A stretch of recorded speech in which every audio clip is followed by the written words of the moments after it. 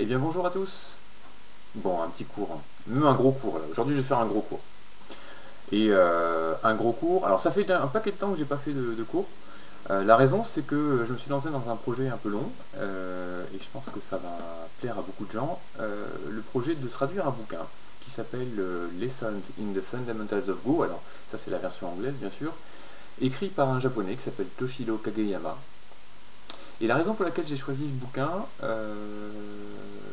bon, la raison pour laquelle j'ai choisi ce bouquin, c'est que Toshiro Kageyama, il est un peu particulier, il se différencie des autres professionnels, parce que, donc à la différence des autres professionnels, il a appris le Go, enfin il est devenu professionnel très tard. Alors très tard, c'est quoi? Il est devenu pro à 23 ans. Oui, c'est tard.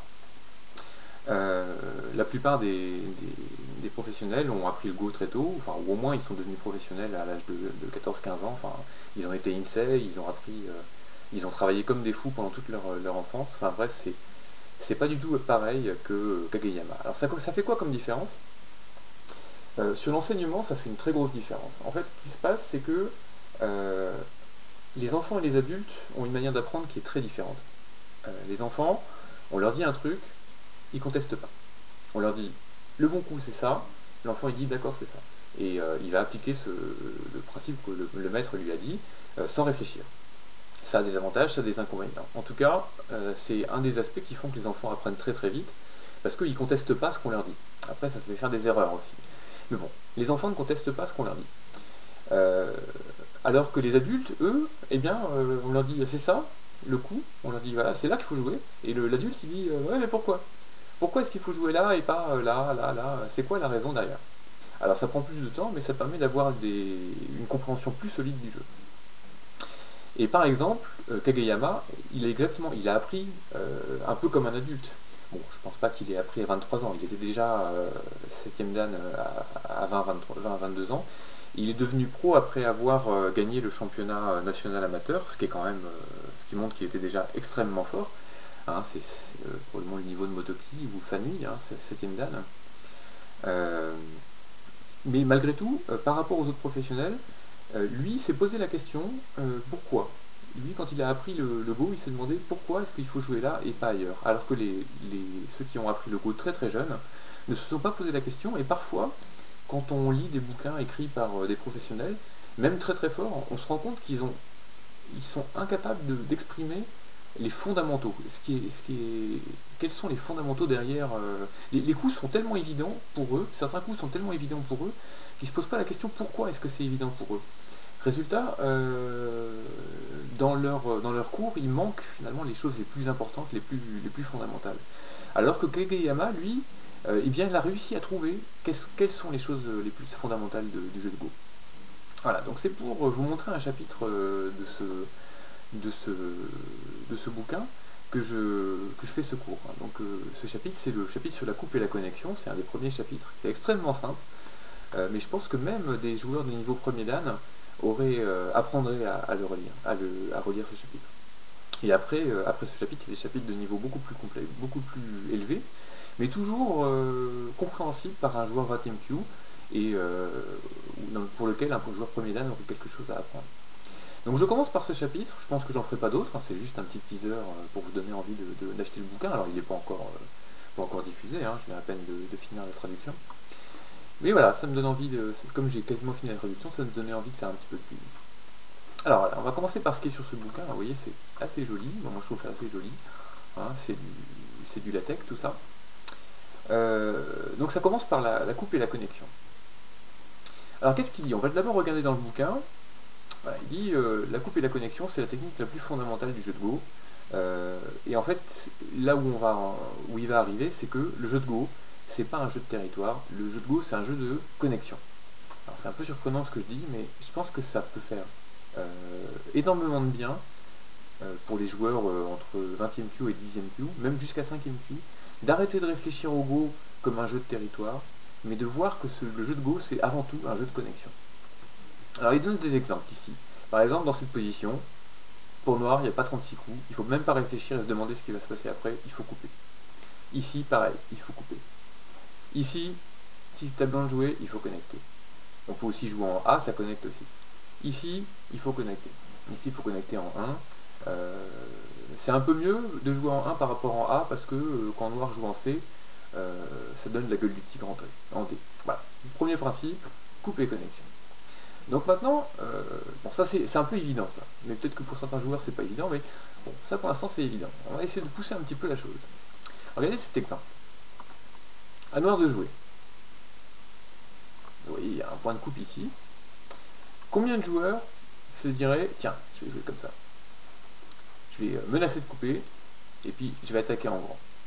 Effectivement, blanc n'a pas deux yeux, et ils se disent, c'est mieux que de couper, parce que si on coupe, après, ouais, blanc il peut faire ça, et puis noir il doit connecter, et puis blanc il peut faire le driving Tetsuji, des choses de ce genre là. Et donc ils ont peur de ce genre de coup. Mais il ne faut pas avoir peur. Dans cette position là, il faut couper. Il faut couper, c'est ce qui donnera le meilleur résultat. Quand on laisse blanc connecté, et bien mine de rien, on affaiblit quand même les deux pierres K17 et K16, alors qu'après la coupe, la séquence de coupe qu'on a regardée, même si blanc il fait des complications, ah, qu'est-ce que c'est bon, les deux pierres ici sont vraiment mal. Vraiment mal. Ok, blanc il a coupé, mais en échange, ces deux pierres là sont tellement mal. Alors faut pas avoir peur, faut couper, et puis réfléchir après. Alors bon, faut pas couper n'importe quoi, parfois il y a des pierres qui servent vraiment à rien. Hein, quand blanc peut sacrifier facilement l'une des deux pierres, ça sert à rien de la couper. Mais bon, combien de fois, combien de joueurs font ça? Donc le proverbe utile, c'est le proverbe qui découle de cette position, c'est ne coupez pas, ne menacez pas de couper là où on peut couper. Quand on peut couper, c'est toujours une mauvaise idée de menacer de couper. Il faut couper. D'accord? Important. Sauf si la coupe ne marche pas, évidemment. Donc premier principe, ne coupez pas là où ne menacez pas de couper là où vous pouvez couper. Alors, deuxième exemple. Ici, blanc joue là. Il y a un proverbe qui dit, face à un Nozoki, donc ça c'est un Nozoki, une menace de coupe, on connecte. Même un idiot doit connecter. D'accord? Alors, il y a des joueurs qui vont se dire, ah, mais comme ça je fais plus de territoire. Non. Ça laisse des faiblesses. Plus tard, blanc peut faire ça, et des complications. Hein, on a l'impression que ça fait plus de points, mais en fait pas du tout. Ça, bien. Sauf que des fois, eh bien, on ne peut pas connecter. Enfin, remarque, bon, je reviens juste ici. Il y a un proverbe, juste pour rigoler. Donc, quand blanc, face à un Nozoki, le proverbe c'est face à un Nozoki, même un idiot connecte. Et il y a un premier Dan, lui, il réfléchit, et ensuite il connecte. Mais de toute façon, il faut connecter. Hein, il y a quelques cas où on va jouer différemment, mais dans l'ensemble, il faut connecter. Hein, si jamais noir a des pierres un peu partout, et c'est déjà solide, on ne va pas connecter. Mais bon, là on connecte. Là ça vaut le coup. Alors qu'est-ce qui se passe si pour une raison ou une autre, noir ne peut pas se permettre de connecter? Ça arrive, hein.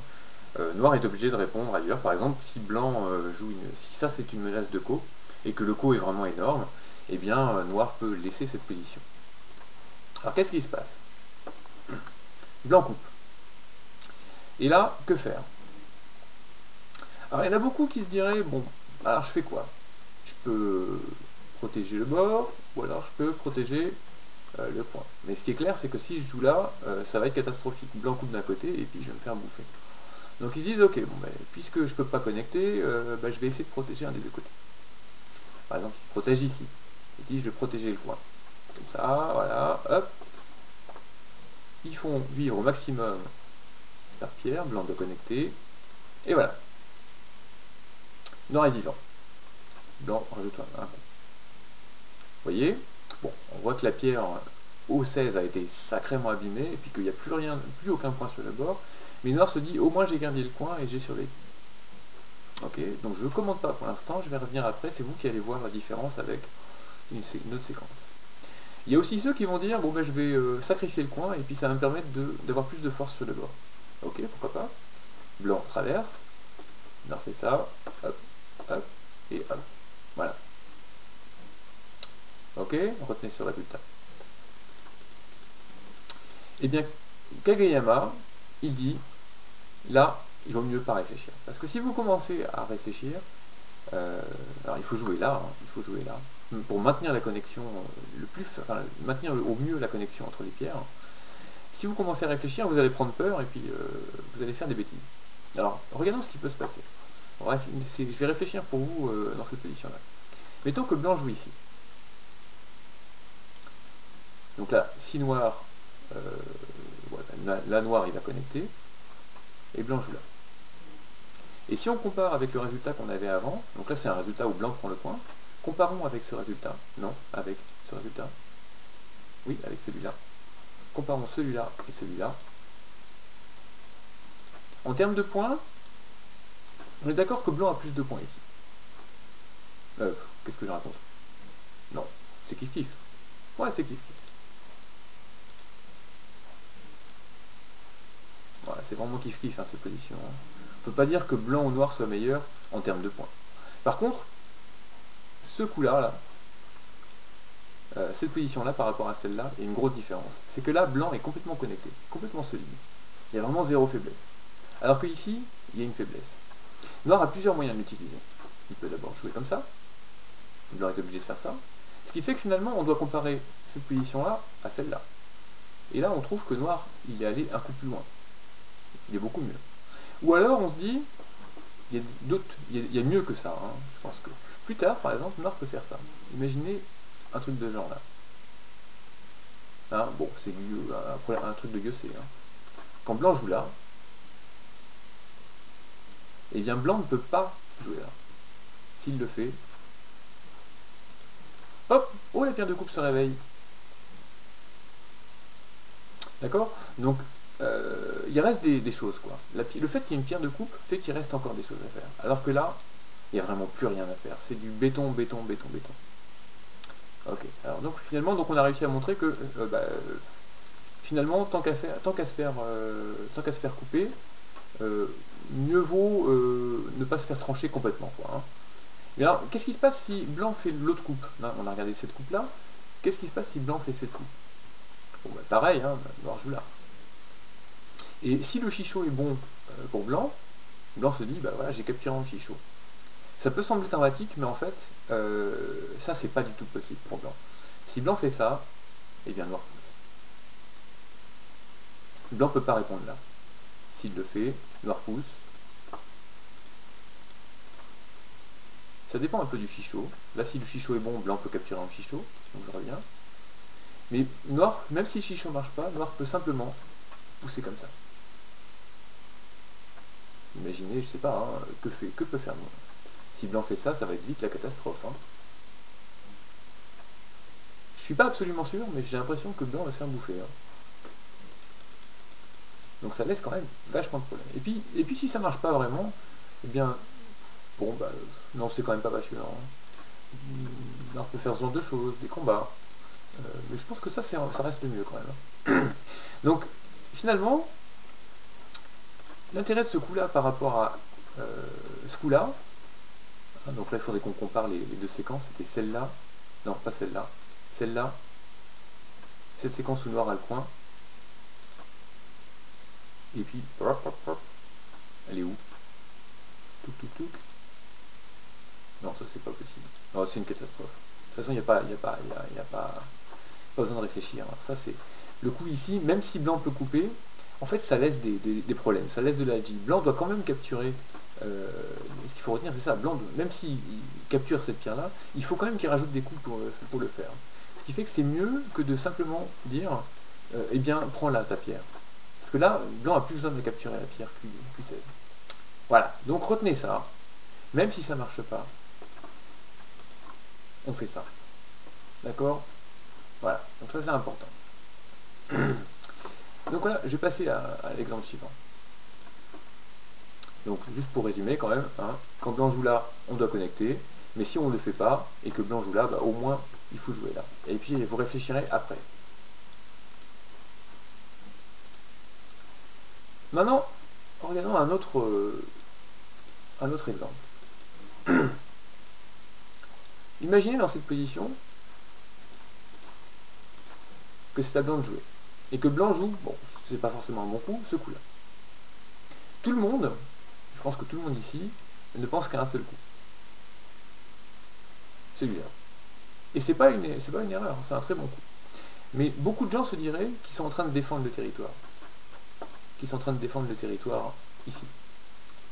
Alors qu'en fait, plus que défendre le territoire, ils sont en train de connecter leurs pierres. D'assurer une connexion entre cette pierre-là et cette pierre-là. Ce qui fait qu'on a l'impression que on protège du territoire, que ce coup-là est bon parce qu'il protège du territoire, alors qu'en fait non, il est juste bon parce qu'il assure la connexion.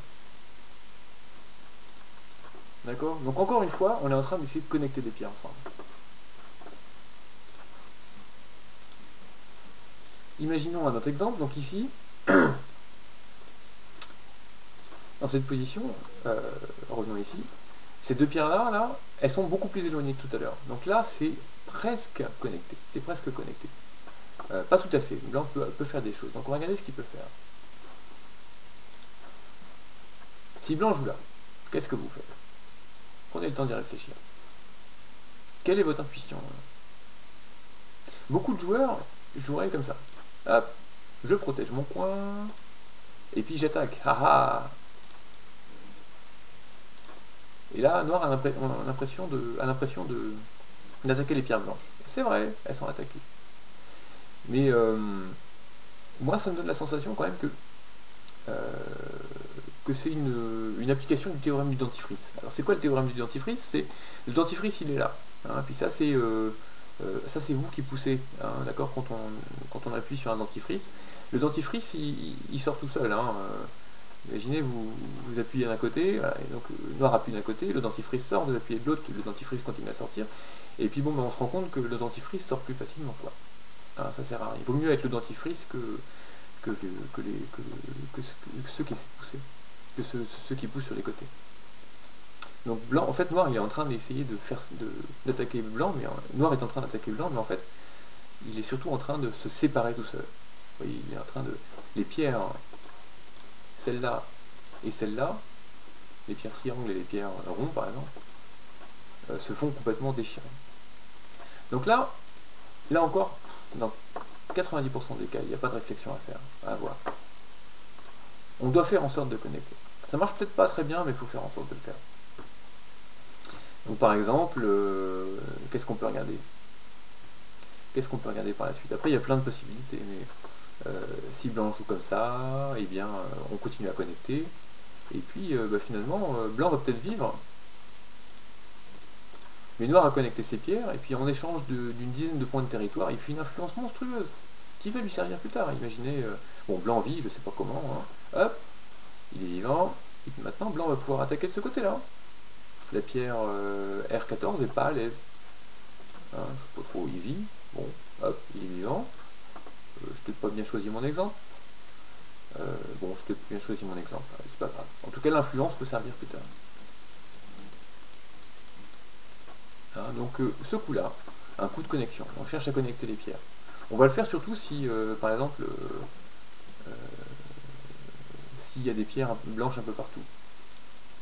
Imaginez que ce soit comme ça, tac, tac, tac, et puis tac.